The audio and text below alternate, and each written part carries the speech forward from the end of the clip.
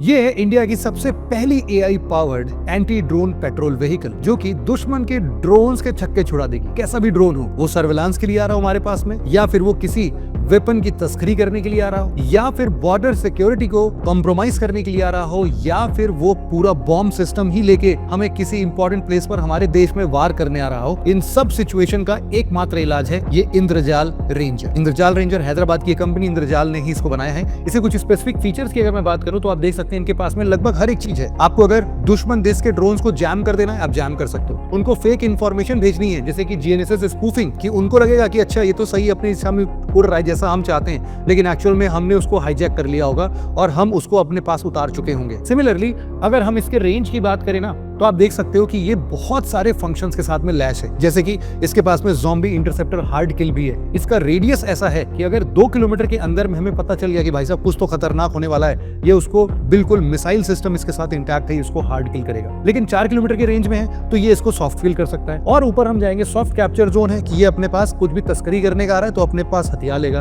अगर बहुत दूर से है तो दुश्मन देश के टेरिटरी में ही इसको उतार देगा और वहीं पर इसको पूरा ध्वस्त कर देगा। जितने भी सर्विलांस के वीडियोस वगैरह इसने स्टोर किए होंगे, ये सब उसको कैप्चर कर लेगा, अपने पास ले आएगा और उनके डेटा को पूरी तरीके से डिलीट कर देगा। तो ये इंद्रजाल रेंजर हम सबके बॉर्डर सिक्योरिटीज के लिए, हमारे important places like railway station, airports, इन सब चीजों के लिए जहां पर भीड़ भाड़ होते हैं, जैसे कि कुंभ के टाइम का समय हो, इन सभी जगहों पर हमारे डिफेंस को बहुत ज्यादा मजबूती देगा। तो फिर आपको क्या लगता है कि इंडिया के अलावा ऐसे कोई भी टेक्नोलॉजी किसी दूसरे कंट्रीज के पास है कि अगर सेम टू सेम ऐसी सिमिलर टेक्नोलॉजी कहीं पर भी है तो नीचे कमेंट सेक्शन में जरूर से बताइए। वो इंडिया है, इजराइल है, रशिया है, चाइना है, किसके पास में और कौन सा सिस्टम है।